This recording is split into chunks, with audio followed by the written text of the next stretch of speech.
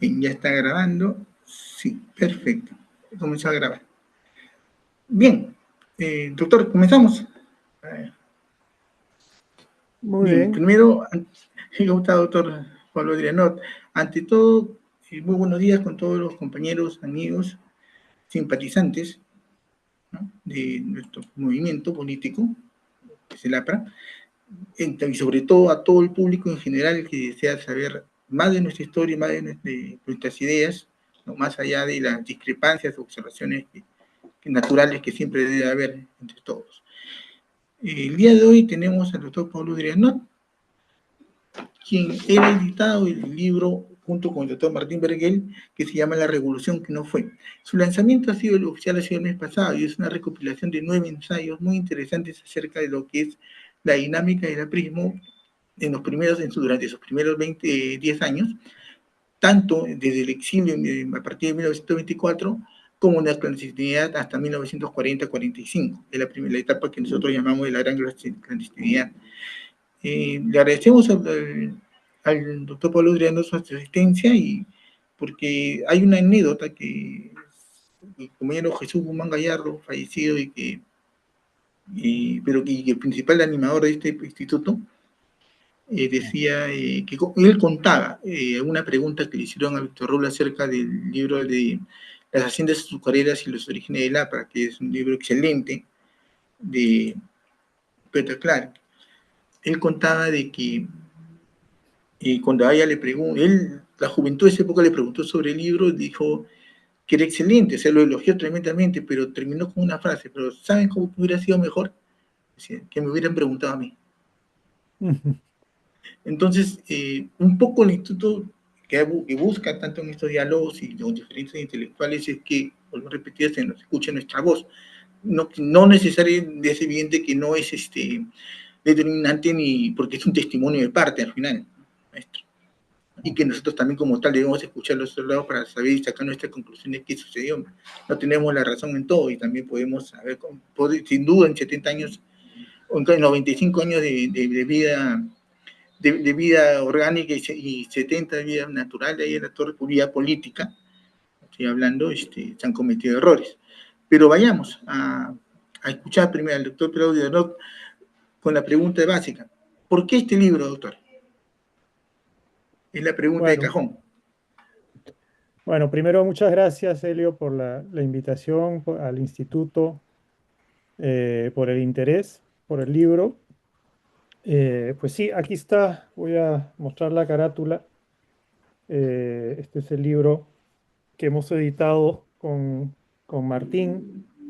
Eh, Probablemente algunos de ustedes ya conocen los trabajos de Martín. Él publicó un libro, creo yo, muy, muy importante, hace unos años, recopilando sus ensayos sobre la historia del APRA. Y bueno, Martín y yo somos amigos, somos colaboradores, hemos coincidido en muchos eventos académicos durante los últimos, no sé, 15 años o más. Y ya hace unos años nos pusimos a conversar sobre la producción académica sobre el APRA de esos años, y nos dimos cuenta pues, que estaban apareciendo nuevos estudios que no se correspondían con una historiografía un poco más antigua, ¿no? Entonces la propuesta inicial era ver si se podía juntar en un solo libro algunos ejemplos de esta nueva producción académica, y desde ahí ver por dónde está yendo esta nueva investigación sobre el APRA. Tanto a Martín como a mí nos interesaba entonces dar cuenta de esta nueva producción en general de historiadores que, bueno, ya no somos tan jóvenes, pero cuando empezamos a pensar esto, éramos un poco más jóvenes. Y bueno, en dos o tres reuniones de conferencias internacionales se armaron paneles donde invitamos a varios de los que participaron en este libro finalmente y a otros. Desgraciadamente no pudimos incluir todo lo que nos hubiera gustado incluir y es evidente que hay toda una serie de estudios recientes que merecerían ser incluidos en esta colección y espero que encuentren también una plataforma para llegar a un público más amplio, porque muchas veces cuando se publican en revistas especializadas o son tesis universitarias no encuentran mucho público, ¿no? Entonces hemos tenido la suerte de poder juntar estos estudios en este libro y gracias al Instituto de Estudios Peruanos que se publique el libro en los últimos meses. Bueno, entonces el libro, efectivamente, como dijo Elio, contiene 9 ensayos y una introducción que escribimos juntos, Martín y yo. Y creo que no voy a describir o comentar cada artículo porque tomaría demasiado tiempo y creo que eso no, ustedes mismos pueden, eh, espero, leer los textos y formar sus propias impresiones. Pero lo que sí quizás puede ser útil es que les dé una presentación general de la propuesta del libro, ¿no? Y en la introducción lo que hacemos es un repaso de la historiografía con el objetivo de precisamente de plantear lo que ya dije, que estamos ante una cierta renovación historiográfica, eh, quizá por varios motivos, pero quizá dos que vale la pena resaltar.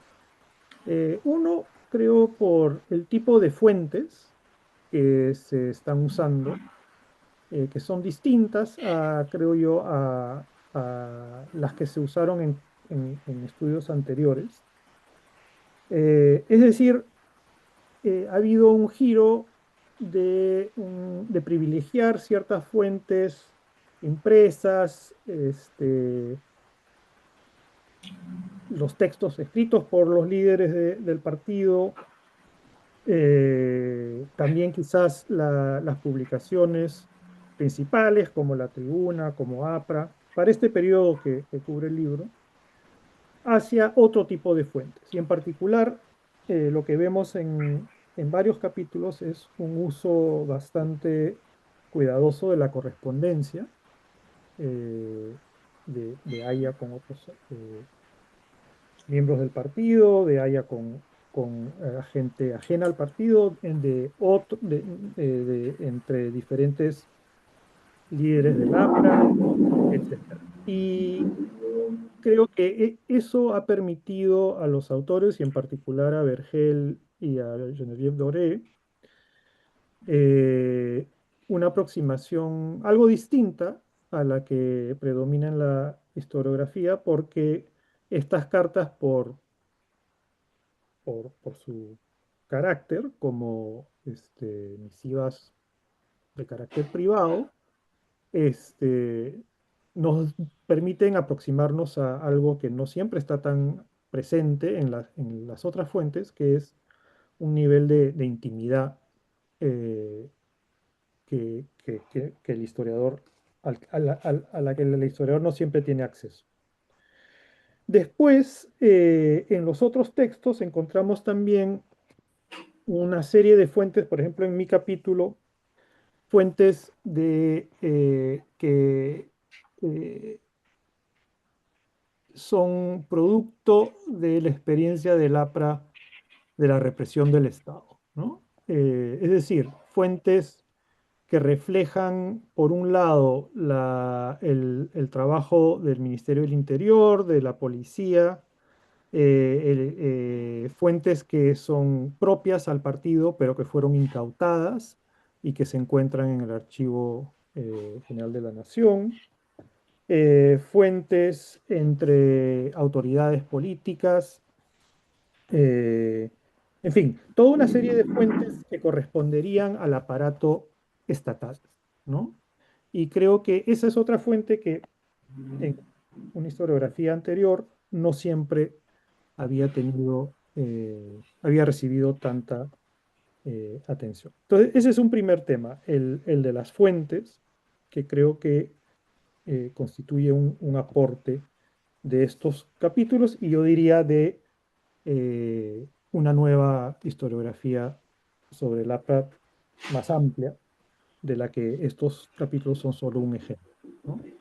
Y el otro aporte es el de los temas. Entonces, en el libro lo que hemos hecho, hemos organizado los 9 capítulos en 3 partes.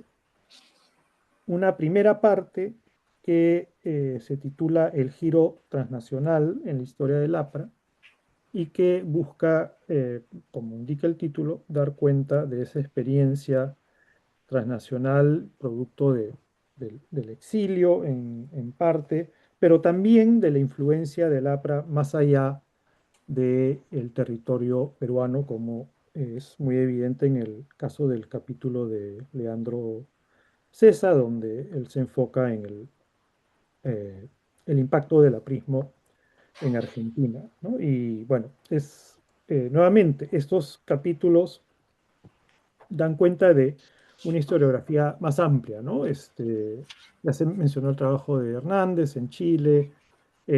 Hay otros historiadores que están tratando también de estudiar el impacto del APRA más allá del territorio nacional peruano. La segunda parte tiene como título Actores y espacios en la conformación de la identidad aprista. Y ahí hemos juntado 3 capítulos, entre ellos el mío, el de David Parker y el de Carlos Aguirre, que lo que buscan es, por un lado, ver los diferentes actores centrales a la constitución del APRA en este primer periodo. En el caso de mi capítulo me enfoco en el movimiento obrero. En el caso del capítulo de David Parker, eh, eh, él estudia lo que llama la mesocracia o la clase media.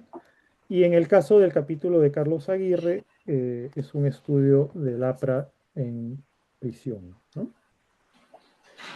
Y por último, la tercera sección, que quizás sea eh, la más eh, innovadora, es una sección que da cuenta de el APRA en lo que hemos llamado acá espacios regionales, ¿no? Más allá de Lima, en contextos locales y regionales, con 3 capítulos. El primero de Íñigo García Brais, que se enfoca en la insurrección aprista de 1932 y que eh, la estudia desde la perspectiva de los estudios de la memoria.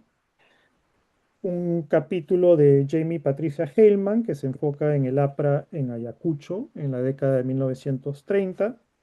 Y por último, un capítulo de Louis Taylor del APRA en Cajamarca en el mismo periodo.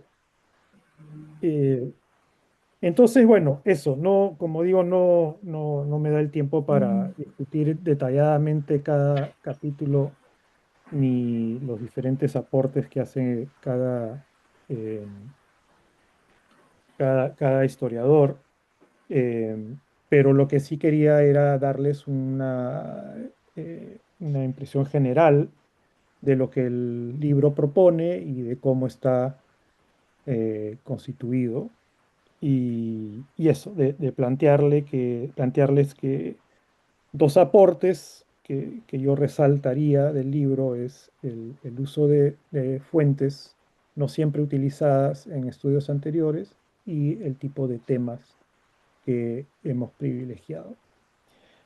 Y eso, no sé si Elio quieres que dé mayores detalles, pero quizás esto pueda servir como una primera presentación y si tienen preguntas, haré todo lo posible para contestarlas, aunque es evidente que soy meramente uno de los editores y autor de uno de los capítulos y no puedo hablar eh, por todos los otros autores, obviamente, ¿no? Pero, al contrario, doctor, muchas gracias. Más bien, quería referirle, y disculpen, además, participantes, sobre su capítulo, sobre el anticomunismo criollo y movimiento obrero a partir de 1930. Bajo nuestra visión, lo voy a repetir como testimonio de parte, el APRA es anticomunista políticamente, pero ideológicamente no es comunista, deslinda el comunismo. El Mm. anticomunismo beligerante es político, y eso se razona desde los ataques que desmesurados que Haya recibe y de todo el aprismo recibe, desde el Libertador y el Machete a partir de 1926, ¿no? Por parte de toda la Internacional Comunista, encabezada por Julio Antonio Media en lo que llamamos nosotros Indoamérica, ¿no? Desde Río Grande hasta la Tierra del Fuego. Eh, Evidentemente hay un proceso y eso se va viendo en la nueva documentación que va saliendo, quizás los historiadores rusos que publicaron las cartas de la Torre y su vinculación y su relación con el Comité comienzan a dibujar un Aya que en las, en las, eh, en las introducciones que hubieron primigenias del antiimperialismo de Lapra van en concordancia, ¿no? Hay un Aya que admira la revolución rusa como gran parte de la historia de la época, viaja con entusiasmo para ver cómo funciona la revolución rusa, pero siempre tiene la idea, el germen de que las cosas acá tienen que ser diferentes, no iguales, ¿no? Eso queda sustentado, pero también se percibe, esa es una conversación que nos tenemos mucho nosotros, que el Haya que llega a Rusia entusiasmado para ver la Rusia de Lenin y del Nanep, ya no la encuentra a Rusia en transición a la lucha entre Stalin y Trotsky, y evidentemente quién va a ganar, y que pase la NEP a los planes quinquenales, ¿no? O sea, es una dinámica diferente. En la correspondencia está claro que él pasa de ser amigo para el comité, pasa de ser amigo a ser adversario. Pero en un momento determinado, por la misma vinculación de adversario, para el comité pasa a ser enemigo. Porque la agudización de ataques y de nuestros comienzan a salir de parte de los actores vinculados al comité, lamentablemente, y que necesitan una respuesta vigorosa de parte de la PRI, ¿no? Ahí empiezan los grandes problemas. Eso bajo nuestra visión. Ahora, el tema Mariatti, quizás, y si alguna vez lo hemos conversado con el doctor Antonio Zapata, Mariatti, es cierto, hay una ruptura que los dos actores tienen mucha responsabilidad, no se puede negar, más allá de su propia vertiente política, pero evidentemente en ese momento una ruptura que quizás se pudo haber manejado de mejor manera, pero bueno, las cosas sucedieron. Quizás como conversando a futuro, tal como se fueron dibujando las cosas para uno, quizás hubieran, en su momento, si Almaret hubiera sido vivo, quizás se hubieran sentado a conversar nuevamente, no necesariamente llegar a un acuerdo, pero quizás con los años volverse a sentar y conversar y ver qué está pasando realmente. La muerte de Mariatti y la ascensión de un personaje oscuro como Eudosio Rabines, al cual ella lo conoce desde 1921, si no me equivoco, en Cajamarca, creo que esa fue la primera vez que lo conoció, y que está siendo muy bien dibujado por el escritor Rafael Dumet, que estuvo con nosotros también y conversamos sobre su libro, el camarada Jorge de Dragón.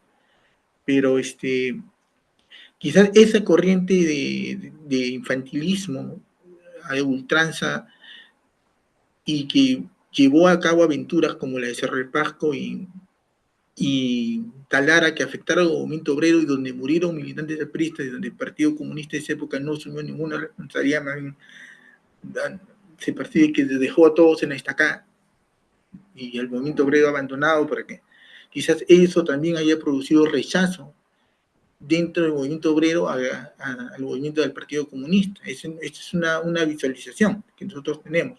No sé usted qué piensa dentro del ensayo que he escrito. Bueno, sí. O sea, lo que el ensayo busca es tratar de ver cómo surge el anticomunismo como un discurso que apela al movimiento obrero, ¿no? Y lo que yo planteo es que,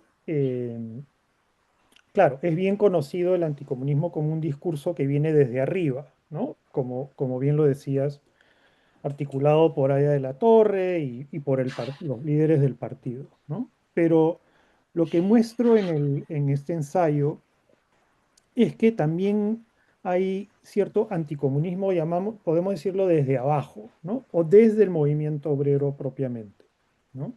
Y que tiene que ver precisamente con lo que acabas de mencionar, esa estrategia insurreccional del Partido Comunista en esa coyuntura de fines de los 20, comienzo de los 30, que produce unos enfrentamientos como los de la Sierra Central y en otros lugares, pero también que resultan en una represión bastante fuerte del movimiento obrero, ¿no? Entonces, yo en el estudio, en el ensayo, lo que hago es combino fuentes como las que ya mencioné, fuentes generadas por el Estado, en particular la correspondencia del Ministerio del Interior y también la documentación del Ministerio de Fomento, y en particular la documentación generada por la Sección del Trabajo, que era una institución creada por Leguía, que tenía como objetivo reducir la conflictividad obrera, ¿no? Canalizando los conflictos laborales y reduciendo la incidencia de huelgas. Y había toda una normatividad legal que obligaba este, a los obreros y a los capitalistas a resolver los conflictos laborales por la vía de los tribunales laborales, ¿no? Y por negociaciones colectivas. Entonces, por un lado veo ese tipo de fuentes, pero por otro lado también estudio fuentes propias al movimiento obrero, ¿no? Trabajé con los archivos de la Federación de Obreros Panaderos Estrella del Perú, que en esa época estaban en el archivo Sabroso en la Universidad Católica. También trabajé con los archivos de la Federación Gráfica y bueno, esos son los dos principales archivos en los que tuve acceso a los libros de actas de los sindicatos, una fuente sumamente valiosa. Y a través de otras fuentes también pude reconstruir un poco la lógica interna de otros sindicatos, ¿no? Usando periódicos como El Obrero Textil y otros. Entonces, lo que planteo en el ensayo es que al lado de ese anticomunismo, digamos, desde arriba, aparece un anticomunismo desde abajo, desde el movimiento obrero. Y es un anticomunismo que tiene, digamos, dos orígenes, ¿no? Por un lado, cierta tradición propia al movimiento obrero que viene de unos años atrás, vinculada al anarcosindicalismo, ¿no? Que ve la participación en la política como algo poco deseado, ¿no? Como algo que en el fondo es contraproducente. Y por otro lado, eh, surge también de la experiencia misma de estos sindicatos, ¿no? Que están viendo que esta politización de sus reclamos laborales por el Partido Comunista está generando represión, ¿no? Entonces, lo que planteo es que tanto por una como por la otra razón, y esto lo puedes trazar muy claramente en los libros de actas, ves cómo los sindicatos comienzan a decir, quizá no nos conviene estar vinculados a la CGTP, ¿no? Porque la CGTP está, hoy diríamos, radicalizando nuestros reclamos sobre ello. Y al radicalizarlos nos está exponiendo a mayor represión, ¿no? Ujú, ujú, Entonces, es ujú, una primera ujú. parte del argumento. La segunda parte es que el APRA ve esto y eh, resistiendo su tentación de hacer lo mismo que había hecho el Partido Comunista, es decir, tratar de controlar el movimiento obrero de manera vertical, toma la decisión de hacerlo a distancia, de plantearse una relación con el movimiento obrero en la que se mantiene cierta autonomía del movimiento obrero frente al partido.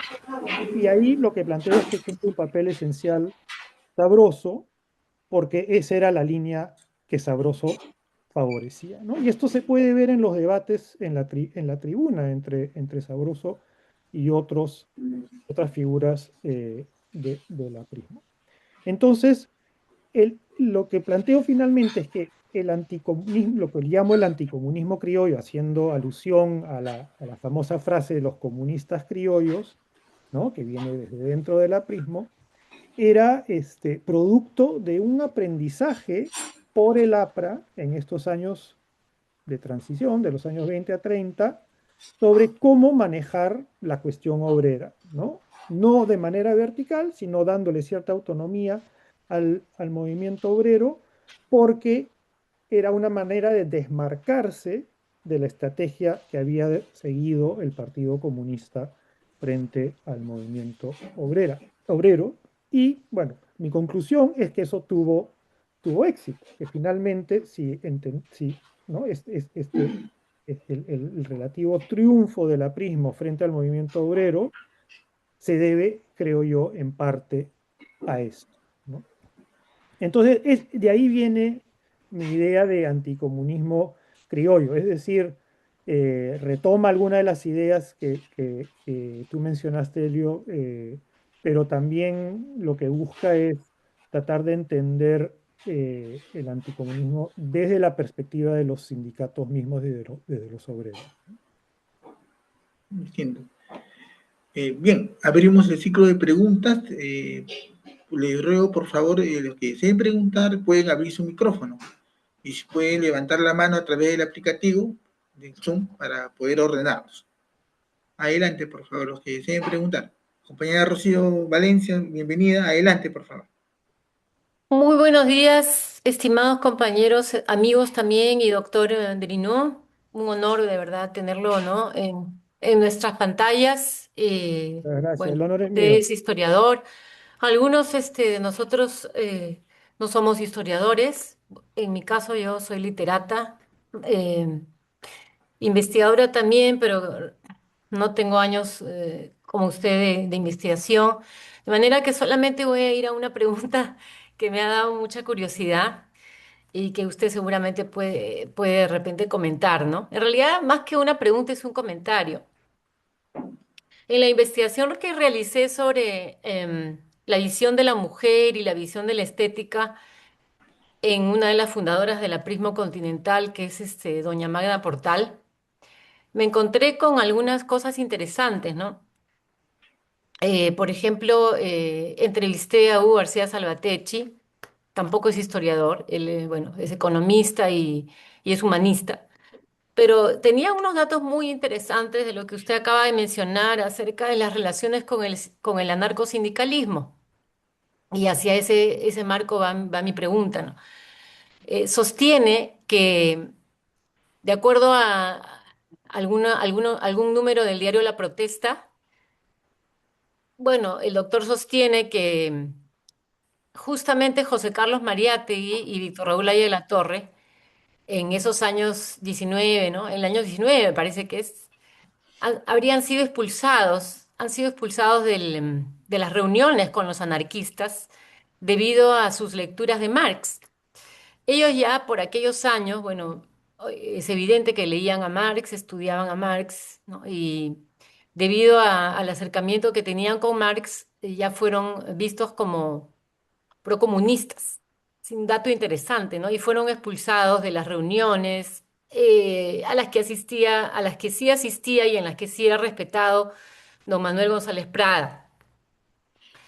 Ahora, también hay otra tesis interesante del doctor Hugo García Salvatecchi, que es egresado de la universidad, del seminario, mejor dicho, teológico en Italia, y que ha escrito varios libros sobre historia del APRA, ¿no? Y, bueno, entre ellos, haría referencia Entre dos orillas, ¿no? Que es una de sus obras magnas. Ahora está en internet, en Amazon. Se puede consultar muy fácilmente.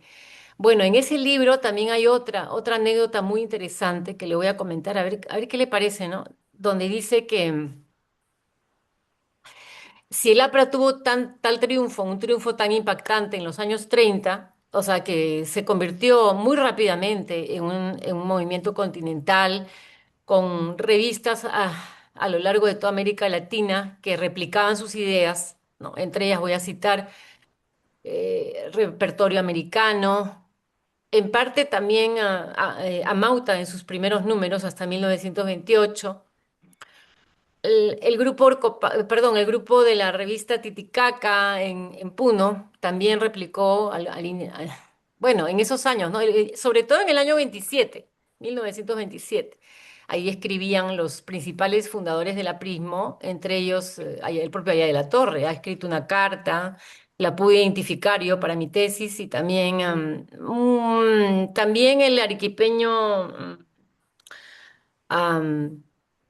Alejandro Peralta y también Peralta Vázquez, es decir, toda una playa de intelectuales de la época, ¿no? Y también de la intelectualidad sureña, sin hablar bueno, de los del Grupo Norte que también publicaban allí. Entonces, ¿a qué quiero llegar? A decirle que am, esta tesis que él la tiene bueno, la tendría que publicar, yo creo, en un libro aparte, es que si el APRA tuvo tal éxito como movimiento continental, ha sido en gran parte debido a que se utilizaron las bases del anarquismo a nivel latinoamericano. Ya Mm. existían grupos de reunión, núcleos de trabajo, un think tank, yo diría, ¿no? Del anarquismo a nivel latinoamericano, desde México hasta Argentina, y que en esa base se fundó, vamos a decir, se continuó ya con la propuesta aprista. Por supuesto es una propuesta distinta y es una propuesta que incorpora el marxismo. Entonces, los apristas no podemos negar con ningún concepto nuestras raíces marxistas, porque las tenemos. Es cierto que en la política, como ha dicho Helio, en la política real hay mucho anticomunismo, es verdad, pero nosotros tenemos una raíz marxista, y yo diría de marxismo utópico. Perdón, de Mm. comunismo utópico, quise decir, de comunismo utópico. Y en esa línea a Magda Portal se le recoge como la fuente, vamos a decir, principal del feminismo aprista. Ella es el inicio, es la heroína, y yo diría es la que marca la pauta de lo que va más tarde a desarrollarse junto con Magda Portal en cuanto a un feminismo aprista, en cuanto a una propuesta feminista aprista y de un feminismo militante. Y hasta ahí nada más le quería comentar, doctor, y nuevamente, bueno, muchas gracias por haber venido a este espacio. Muchísimas gracias, es muy enriquecedor. Gracias, Elio, a ti, sobre todo, y a todos los compañeros. Gracias. Muchas gracias.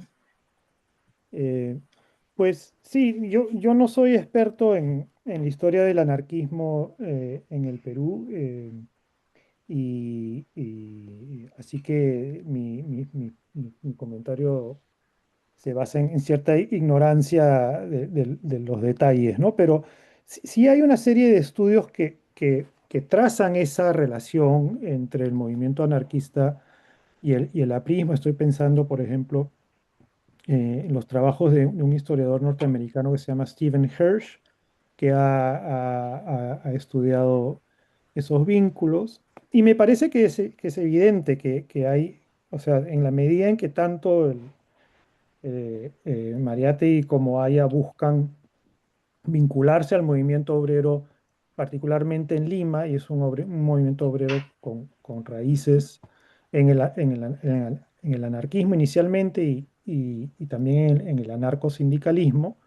Era inevitable que esas tradiciones no desaparecieran del todo, ¿no? Y eso se puede ver también muy claramente en el tipo de fuentes que yo he mencionado.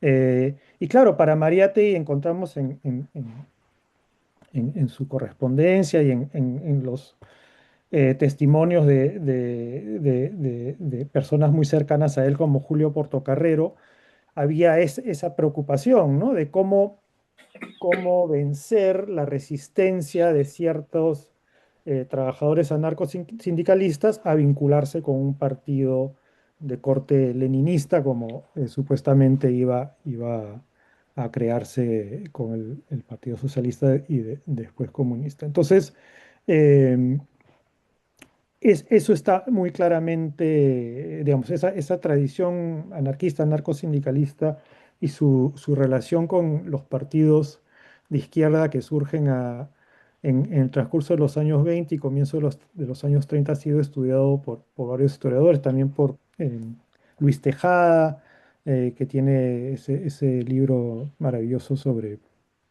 la Federación Obrera de Panaderos, ¿no? Así que sí, efectivamente, creo que es un papel que no se puede negar. Y sobre el segundo punto, sobre la llegada, digamos, del APRA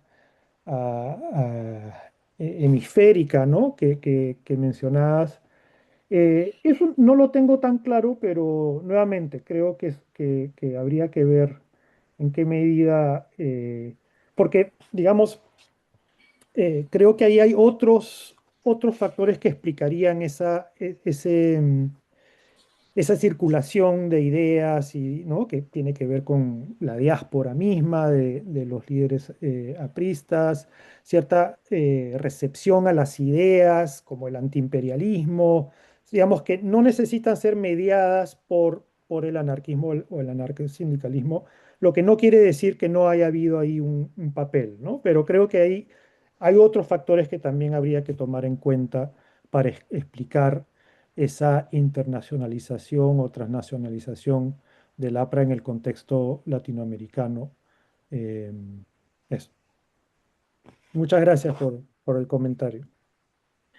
Eh, ¿Alguien más desea preguntar, por favor? Adelante. Tribuna está libre. Aprovechemos en el buen sentido de la palabra al expositor, que no está todos los días ni todos los meses disponibles.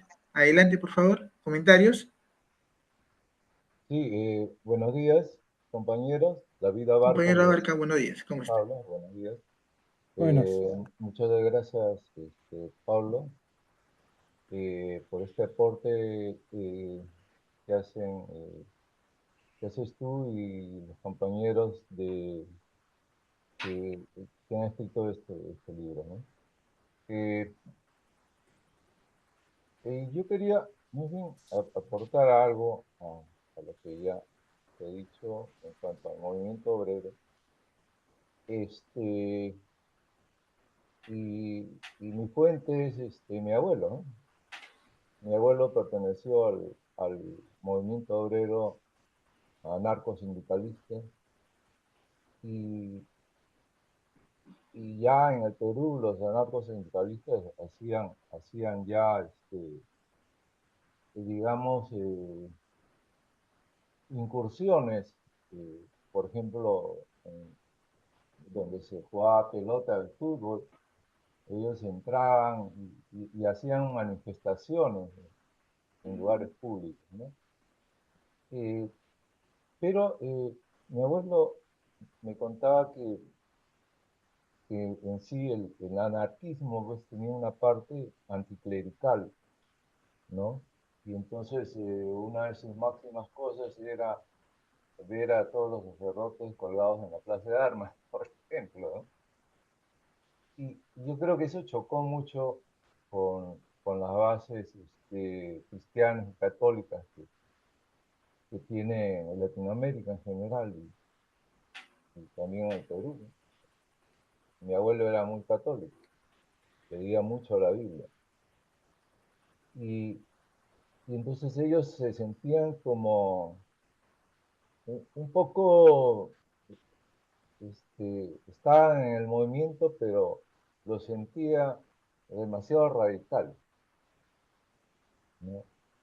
Y demasiado desorganizado, justamente porque los anarquistas eran así. No querían tener un partido político, era una organización, en sus principios eran que no debía haber una organización así.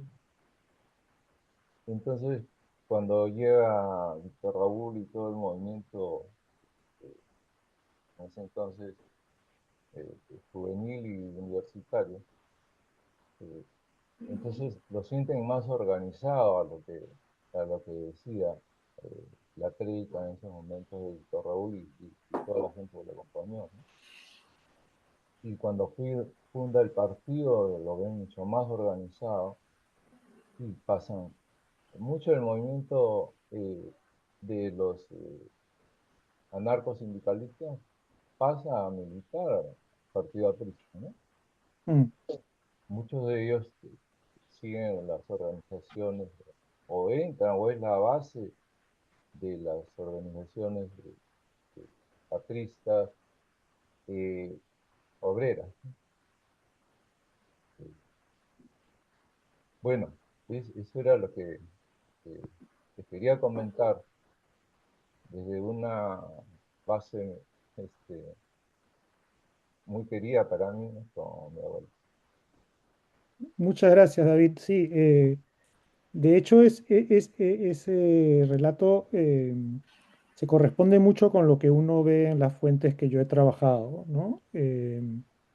También porque creo que un factor importante que termina como que limitando el atractivo del anarquismo es que el Estado mismo va cambiando, ¿no? Y va en el transcurso de los años 20 desarrollando una serie de instituciones que como que resuelven algunas de las problemáticas que planteaban los anarquistas y que quizá eso explica por qué el anarquismo, digamos, más duro va perdiendo espacio frente a un anarcosindicalismo que está más dispuesto a negociar con el Estado en torno a cuestiones de salarios, de condiciones de trabajo, ¿no? Y eso se ve muy claramente en las fuentes de la sección del trabajo que yo mencioné y que trabajé de manera extensa en mi libro La seducción de la clase obrera. Pero sí, de manera más general, también en las fuentes como los libros de actas, uno ve eh, unos debates muy, muy claros dentro de los sindicatos sobre cómo relacionarse con los nuevos partidos, ¿no? Los partidos que van emergentes, las nuevas fuerzas políticas, y está claro que para una buena cantidad de los miembros de esos sindicatos, esas relaciones resultaron muy atractivas porque resolvían algunos de los impases que veían desde sus tradiciones más anarquistas. Entonces, sí, es algo que yo también veo desde otra perspectiva en mi trabajo. Así que muchas gracias. Ahí va a desear preguntar, intervenir, por favor. Adelante.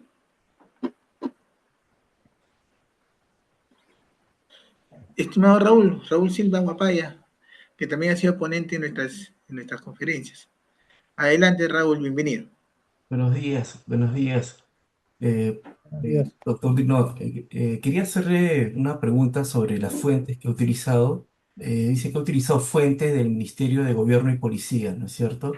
Yo quería saber si a partir de esas fuentes uno puede más o menos inferir cómo la policía obtiene esta información. O sea, tal vez a través de infiltración, ya hay una policía de investigación que ya está utilizando nuevas estrategias para vigilar precisamente y penetrar estas organizaciones. Y por otra parte, ¿qué desafíos tiene el análisis de la fuente de origen policial, como para un historiador, ¿no? Ujú. Gracias. Gracias, muchas gracias por la pregunta, una excelente pregunta. Pues sí, ahora no recuerdo exactamente el año, pero se crea, creo de haber sido 1927, 28, se crea una brigada de asuntos sociales dentro de lo que viene a ser la Guardia Civil, si no me equivoco, y que tiene como objetivo, pues eso, vigilar al movimiento obrero, ¿no? Entonces, la fuente que utilizo está en en los legajos del Ministerio del Interior, que bueno, tiene diferentes nombres en diferentes periodos de la historia del siglo XX, ¿no? Ministerio del Interior, Ministerio de Gobierno. Eh, y consiste, por un lado, en correspondencia entre diferentes actores y el prefecto, perdón, y el ministro del Interior, ¿no? Entonces, otros ministros, pero también toda una serie de actores. Entonces, en esa correspondencia a veces uno encuentra informes de esta Brigada de Asuntos Sociales, y bueno, efectivamente, que vienen de lo que podríamos llamar espías, ¿no? Que se infiltran en las reuniones de los sindicatos eh, o que simplemente están observando las actividades de los sindicatos. Pero también en esos legajos encontramos documentos incautados, ¿no? Cuando hay intervenciones, redadas, y entonces también esos documentos que son internos a los sindicatos pueden servir de fuentes muy útiles para el historiador. En cuanto a cómo trabajarlas, pues sí, en realidad como cualquier otra fuente, ¿no? En la medida de lo posible triangulándolas con otras fuentes para asegurarse de que lo que relatan tiene validez y con cautela, ¿no? Pero en general a mí me han resultado fuentes muy valiosas para entender estas dinámicas un poco desde adentro, ¿no? A diferencia de, qué sé yo, otras fuentes como periódicos o documentos eh, impresos, publicados por partidos políticos. Gracias, Gracias gracias, por la doctor. pregunta. Gracias. ¿Más preguntas, intervenciones, por favor? Si me permite, Adelante, compañero Emiliano.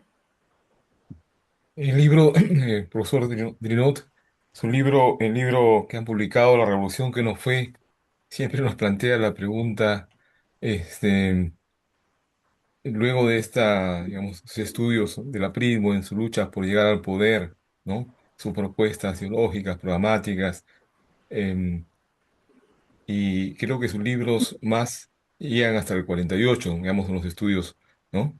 Eh, Sin embargo, ya ahora nos preguntamos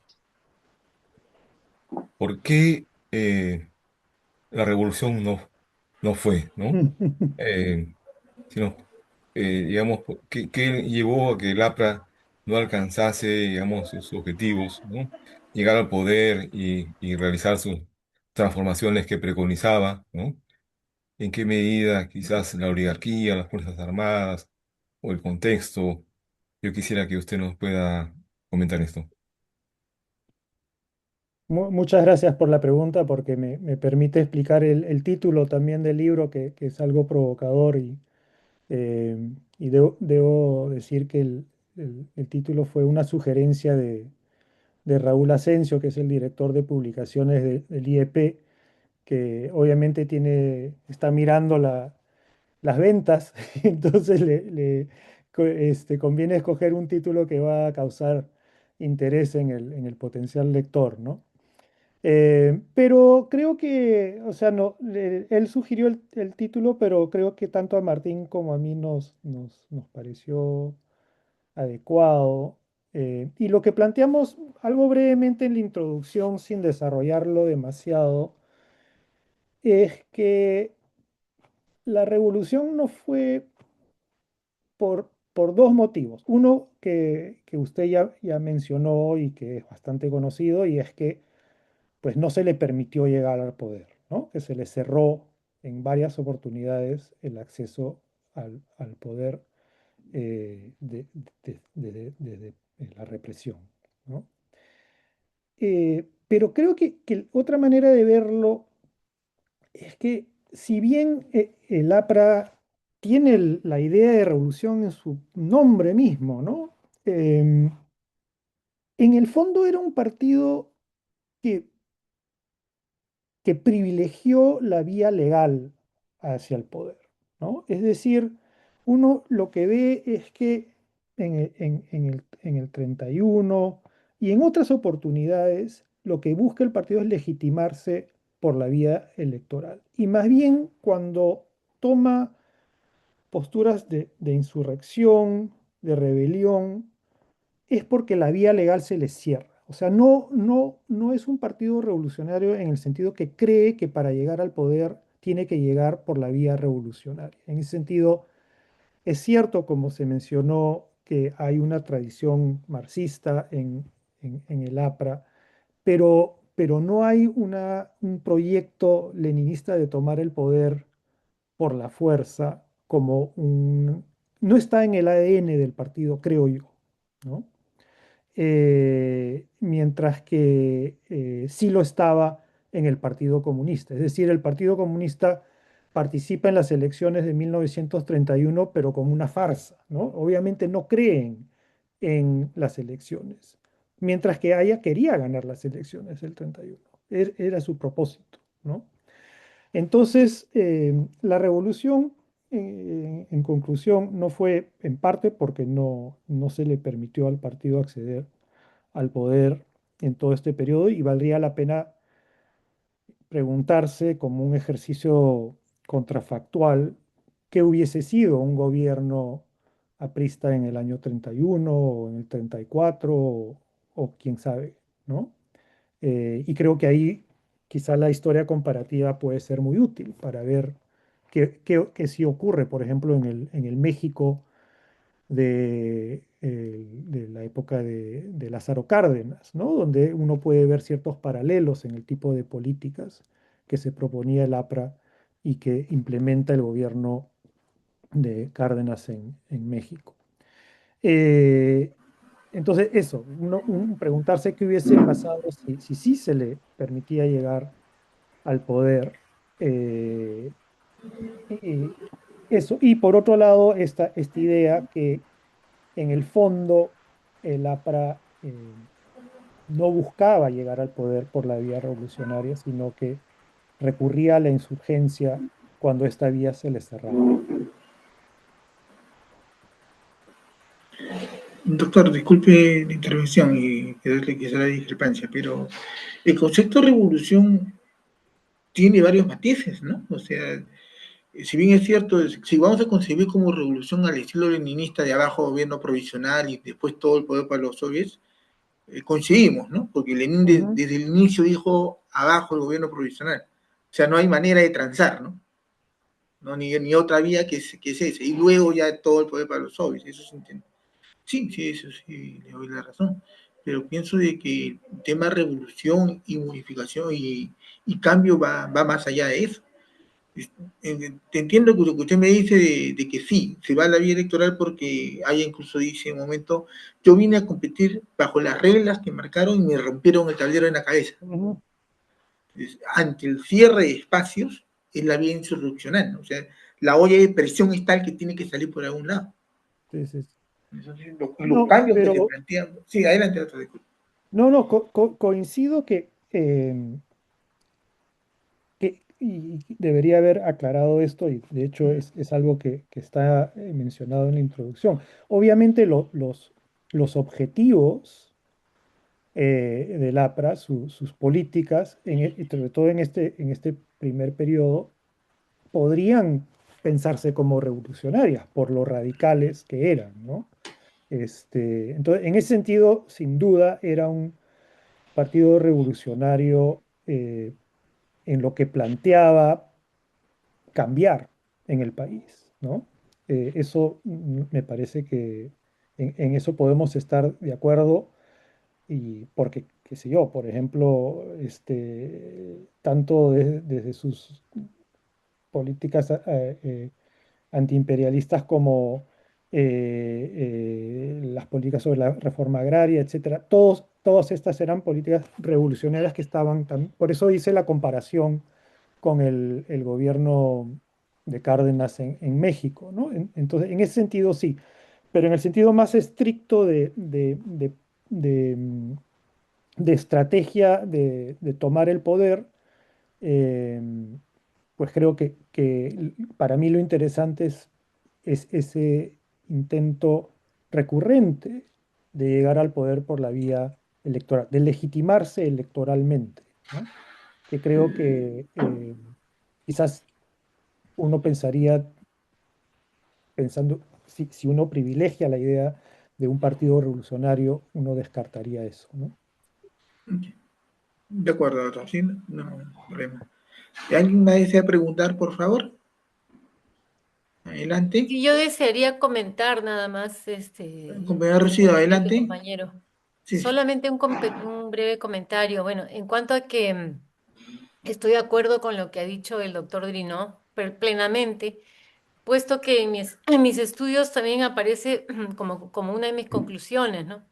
También esa es la razón por la que Magda Portal se fue del partido en el año 48, después del Tribunal del Potao. Ella tiene una línea revolucionaria, pero de tomar el poder por la fuerza. Hay una distancia entre el pueblo aprista y las expectativas de dirigentes apristas, incluso tan connotados como el caso de Portal y el pensamiento de Víctor Raúl Aya de la Torre. Como bien ha dicho el profesor Dino, Víctor Raúl Aya de la Torre más sueña con una revolución de las conciencias, llegar a la conciencia del pueblo, una revolución en los planteamientos, es cierto, estoy plenamente de acuerdo con esa definición, la noto y me ha gustado mucho, porque coincido con ella, pero no piensa en bueno, hay veces en que en algunas cartas sí aparece, ¿no?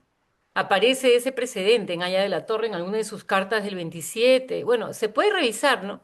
Siempre se puede argumentar y discutir, pero la línea que tiene Haya de la Torre hasta su muerte, hasta el año 79, más es una línea de que cada vez más, ¿no? Confirma lo que el profesor acaba de explicar, ¿no? Confirma su tesis. Se quiere llegar por la vía electoral, es un defensor de la democracia, un abanderado de la paz. Y en cambio, esto no coincide. A veces es una contradicción, ¿no? Con lo que muchos en el pueblo aprista esperaban. El fracaso de la revolución del 32 en Trujillo, pues es como una cosa muy sentimental para los apristas, ¿no? Y no solamente Trujillo, Cajamarca, después está Ayacucho en el 32 y en el 34 tiene mártires, etcétera. Pero ya vamos a tener que entender que, como en muchas cosas en la historia del APRA, está el individuo y está la masa. Hay una distancia histórica y espacial. Gracias. Claro, y yo añadiría que esas tensiones entre líderes y masas y militantes también explica en gran parte lo que ocurre en los años 60, ¿no? También bueno, con el APRA rebelde y etcétera. Se tiene que entender también en ese contexto, ¿no?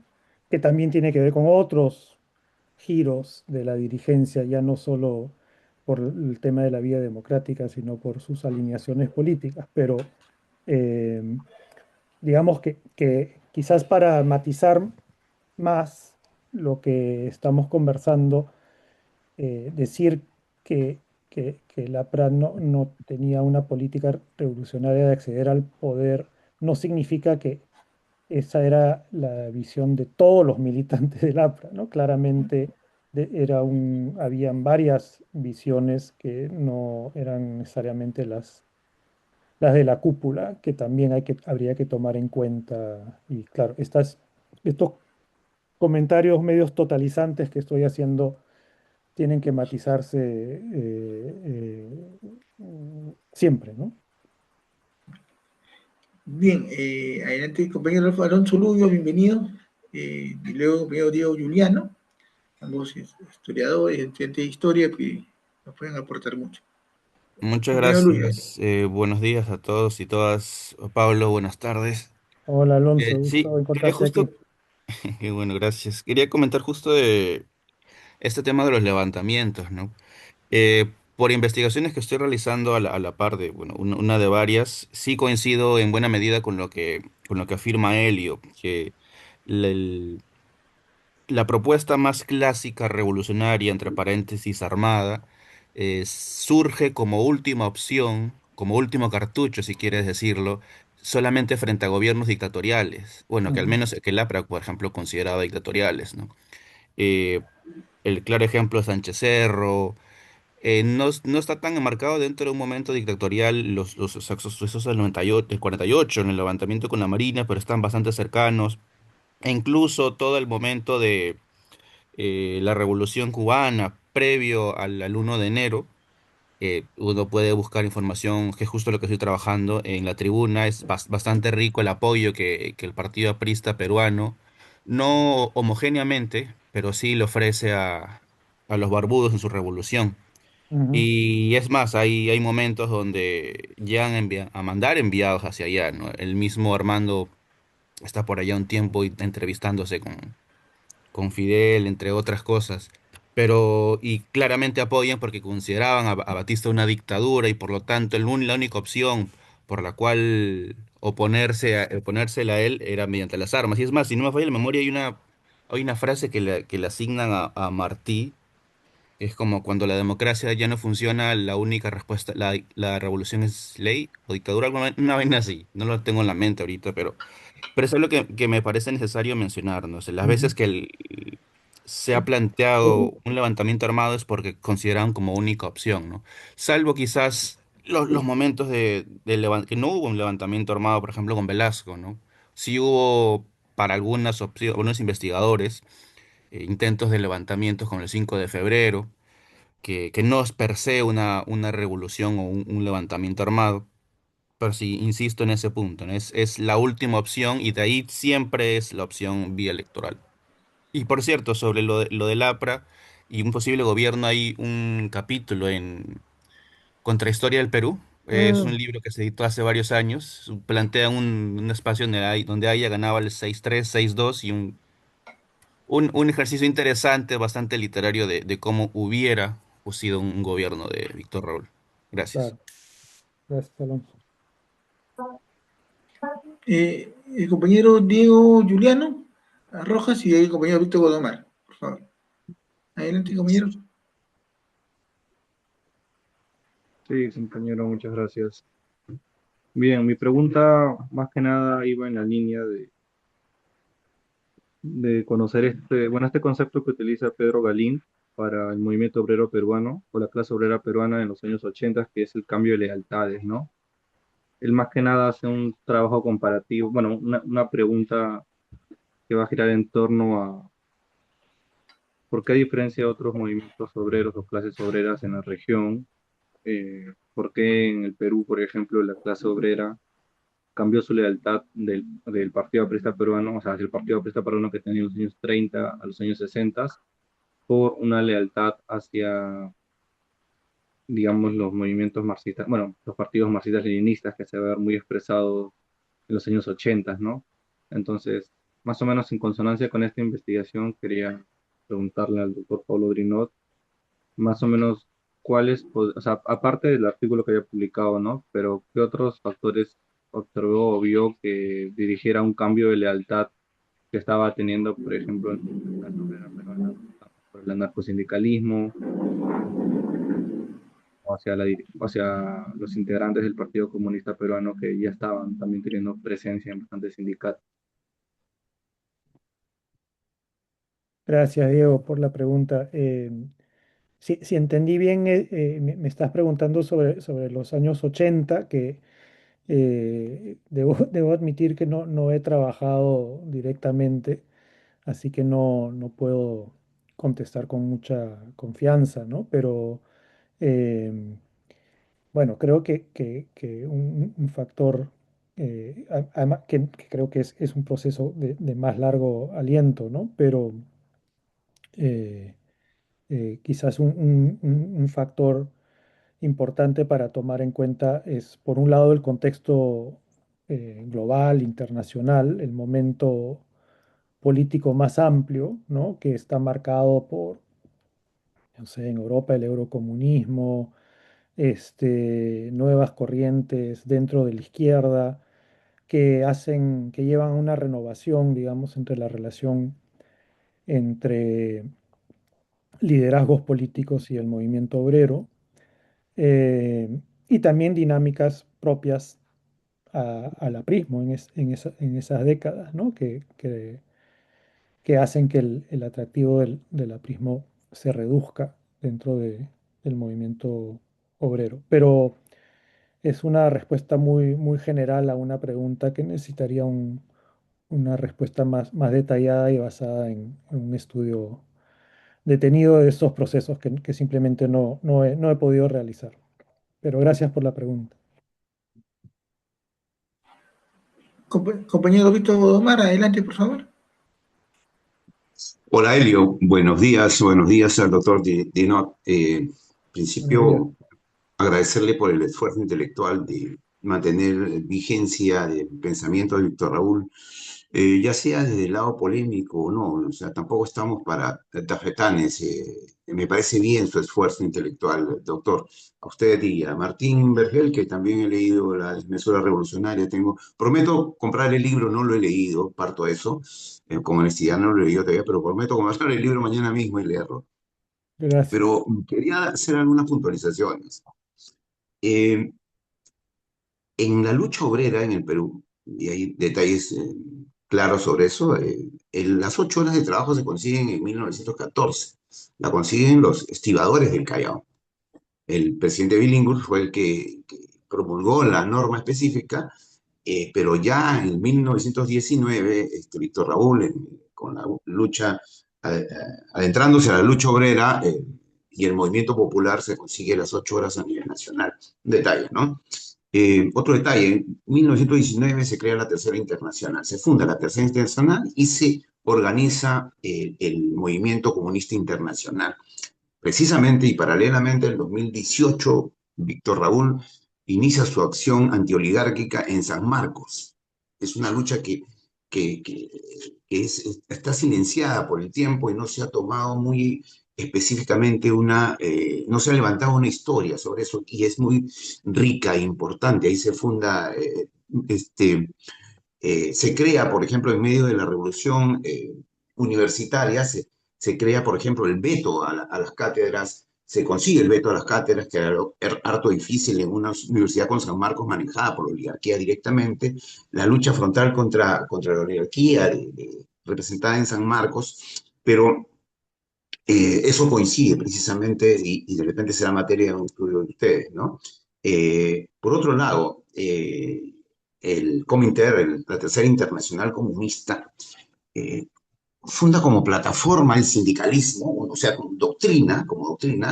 como una plataforma de toma del poder. Y eso precisamente coincide con sus conclusiones porque los anarcosindicalistas creyeron y consideraron que había una intromisión de la plataforma política por encima de las reivindicaciones laborales. Y eso es cierto, está ahí escrito en el tema histórico, ¿no? Por otro lado, eh, a partir de ese choque que usted describe muy bien y que otros han hablado también, se confronta el sindicalismo clasista, comunista, con el sindicalismo de Frente Único que propugnaba el APRA. Entonces, en esa dinámica, el APRA logra absorber a otros actores de las luchas sociales y confronta al sindicalismo clasista obrero, y entonces viene lo que usted concluye con la victoria inicial del sindicalismo aprista en la lucha social. Pero luego y posteriormente, en esa confrontación, el sindicalismo clasista varía hacia lo que es lo que se llama en el sindicalismo el maximalismo sindical. Entonces yo quiero conseguir el cielo, como decía Mao, y ella no, ella aterrizaba y los sindicalistas apristas aterrizaban en el tema de las conquistas sociales como principal objetivo. Y entonces ahí viene la confrontación de lo fácil frente a lo complejo. Y en el movimiento obrero y el trabajador, sus intereses, el maximalismo que le ofrecía el cielo era una plataforma más interesante que alguien que solamente se remitía al tema netamente reivindicativo laboral. Y entonces, ahí vienen otras acciones más que son netamente políticas ya, ¿no? Por ejemplo, lo que fue el Frente el Frente Nacional, el APRA 1945, que junto con sectores de derecha confronta a la oligarquía más radical y entonces desde el movimiento obrero se ve como una variante hacia la derecha. Luego viene la convivencia con Prado, y entonces ahí viene lo que mi antecesor en la palabra preguntó, ¿no? Viene la confrontación y el decaimiento del movimiento aprista, y nos gustaría mucho que se investigue, si no lo ha hecho doctor Trinot, sobre, discúlpeme también la persistencia en mi palabra. Soy sindicalista, provengo del sindicalismo y hoy soy abogado laboralista, por lo tanto, de repente siempre caigo en ese pecado aprista de hablar mucho. Pero termino. Eh, eh, Esa confrontación del maximalismo con los objetivos laborales se ve hasta el día de hoy, pero ahora hay un drama mayor aún, roto a partir de, ¿cómo se llama?, del fujimorismo, el neoliberalismo, roto el esquema social y debilitado la red social que construyó Víctor Raúl a partir de 1919. Lo que queda en el sindicalismo ya no son cuadros políticos, ya no son, y eso responde de repente a la pregunta anterior, ya hay mucho entusiasmo, pero poca formación política, porque el sistema político y el sistema de partidos está destruido en el país. Y por eso la anarquía política es la que gobierna este país. Eso explica un poco de por qué crecemos en la economía, pero sin embargo en el sistema político estamos destruidos. Le agradezco de antemano. No sé si hay una pregunta ahí de por medio, pero he querido puntualizar temas para que de repente usted nos ilustre con su sapiencia. Gracias. No, muchas gracias por el comentario y sí, concuerdo con lo dicho, y agradezco esa perspectiva desde el sindicalismo y también de su labor como abogado. Eh, yo quizás simplemente volvería al tema de la periodización del libro que usted, a la que usted aludió, ¿no? Y creo que es un aporte, pero también una limitación del libro, porque efectivamente está enfocado en este primer periodo del que ya hemos hablado, entre los años 20 y los años 40. Y quizá eso se entiende porque, digamos, para el historiador quizás es el periodo más atractivo bueno, por toda una serie de factores, pero eh, entre otras cosas porque quizás es el APRA más llamativo, digamos, ¿no? Históricamente. Pero creo que hay un trabajo muy importante que hacer para entender ese segundo APRA, ¿no? El APRA del 48 para adelante, que creo que eh, comparativamente se ha estudiado mucho menos y sin embargo es una historia que debería conocerse mucho mejor. Y bueno, hay buenas razones que explican por qué se ha trabajado mucho menos ese segundo periodo, empezando con la tendencia dentro de la profesión histórica de no estudiar lo más reciente, de dejar lo más reciente a los sociólogos, a los politólogos, a otros, ¿no? Eso está comenzando a cambiar, se hace cada vez más lo que podríamos llamar historia contemporánea o del tiempo presente, pero hay ahí, digamos, una deformación profesional que afecta y que limita el estudio de periodos más recientes. También hay un problema de fuentes, ¿no? Y eso también lo mencionamos en la introducción, Martín y yo, pero la dificultad de reconstruir la historia de un partido cuando el partido no tiene un repositorio documental centralizado con un archivo plenamente trabajado, ¿no? Entonces, el historiador que se interesa por la historia del APRA tiene que construir su propio archivo a partir de fuentes dispersas en muchos lugares. De hecho, muchas veces, en el caso del trabajo de Martín y esto es algo muy impresionante de su trabajo, a partir de fuentes que no se encuentran en el Perú, pero que se encuentran en otros países.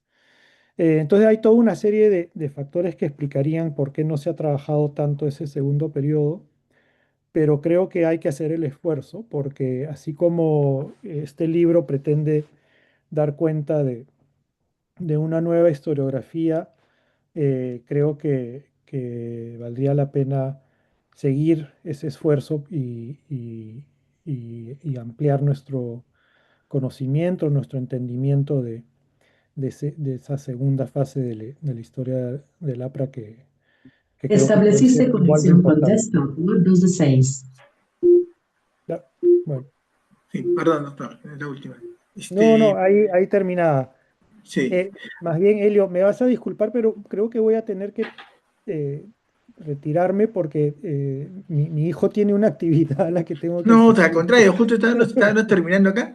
Le agradezco, doctor, más bien la diferencia que ha tenido, un poco extenso, pero gracias por escuchar nuestra voz, nuestro testimonio, lo que nosotros queríamos, principalmente.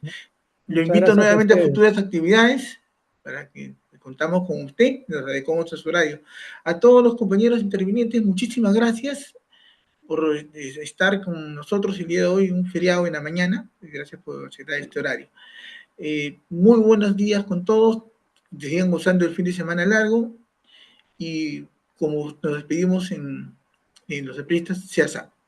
Muchas Muchas gracias, gracias, doctor, compañero Helio. nuevamente. Y Gracias, muchas muchas gracias a gracias. ustedes. Adiós, Gracias. compañero Helio. Gracias. Gracias por la Gracias, compañero invitación y Helio. por escucharme. Gracias. Gracias, Adiós. usted va Gracias, bien. profesor.